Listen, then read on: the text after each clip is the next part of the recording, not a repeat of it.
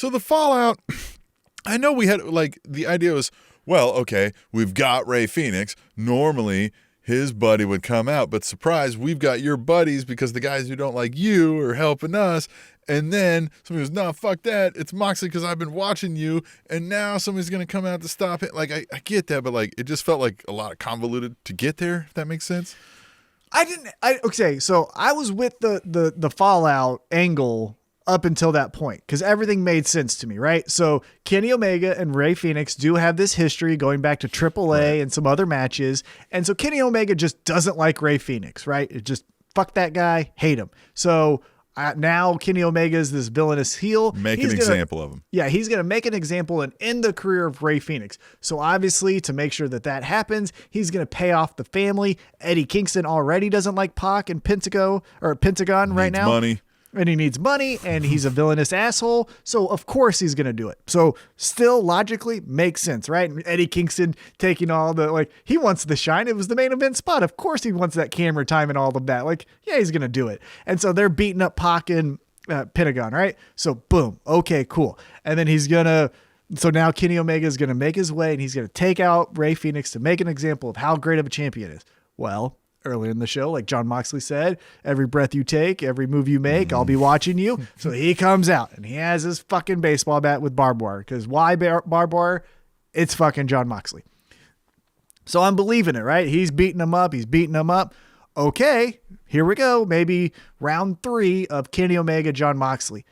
Then the Good Brothers come in. And if you've been paying attention to Impact, I'm still there with you, holding some thin wires where, okay, the Good Brothers are going to help out their friend Kenny Omega because they have a big match, the 3 of them, at Impact on Saturday, I think it is. Yeah, okay. Right. They're there to protect their investment. Right. Then, this is where it gets a little confusing. So, I'm still helping friends, okay. And then the wrestlers on the side come in to help John Moxley because they're like, hey, these 2 guys don't even work here. Fuck that. They're not going to be making a statement on my show. The Varsity Blondes. Griff Garrison, goddammit. Yeah. And the Varsity Blondes and some other people jumped in there, and the baseball bat and the 2 other guys take him out. So then the Young Bucks make their appearance, and I'm still there, right? Where it's like the Young Bucks, who are what are executive. you doing? Right. Yeah. And they are executive vice presidents. So this is their show, right? That is in storyline. That is not something like you read on the dirt sheets. They have told us that on the fucking show. Well as Kenny Omega, right? Yeah, Kenny Omega, the Young Bucks, and Cody have told us they're fucking executive vice presidents. So that is part of the story. Again, this is not like kayfabe, you gotta know. No, they've told us that. And so then the Young Bucks, or one of them, super kicks the tall Varsity Blonde guy, the Griff, and he fucking falls down. The Griff guy. Yeah. And then you mentioned this on your YouTube short TikTok video of the recap of the show. Mm-hmm. Then then they do all the Too Sweet. So now we have the Good Brothers and Kenny Omega and the Young Bucks as I guess a heel faction, reunited, the Super Elite or whatever the fuck we're calling them. Yeah. Pew, pew, pew. But what the fuck is the angle in AEW? So the executive vice presidents are going to rain havoc in a promotion that they're supposed to run day to day? Yeah.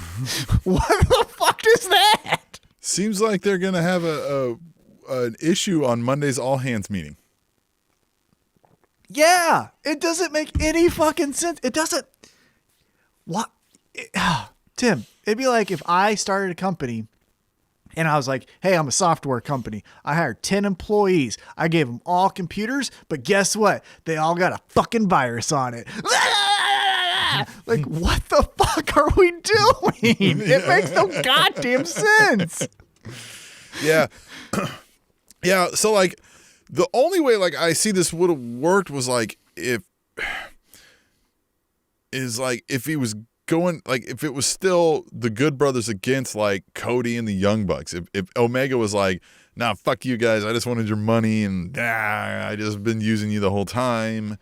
You know, that's a better fight. This is weird. I don't know. The Young Bucks, again, with all of this, like, what the fuck are the Young Bucks and what do they do? Like, why is it different every 3 weeks? I'm just... That's another good point, because at the start of the show, and again, maybe that was a heel turn, but at the start of the show, SCU were shaking your hand and we're beating up the Claim. The greatest in the world. Yeah, hey guys, here's the cool shirt and all this stuff. And then at the end of the show, again, they did the heel turn, but heel turn against what? Yeah, against what? Yourself? Yeah.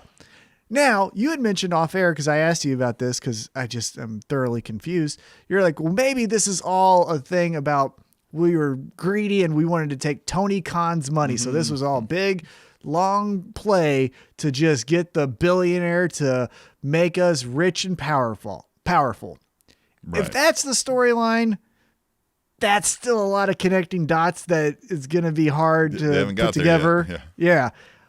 But even then, okay, so then the story ends. The Young Bucks too soon. Then that needs to be part of the storyline. Then it's like that happens weeks later, and it's like as they're trying to protect, and then all of a sudden, oh, you're in on it too, and too sweet me, bro. Then you do that. Like, this was weird. Like, you didn't need 5 all of a sudden. It could have started with 3.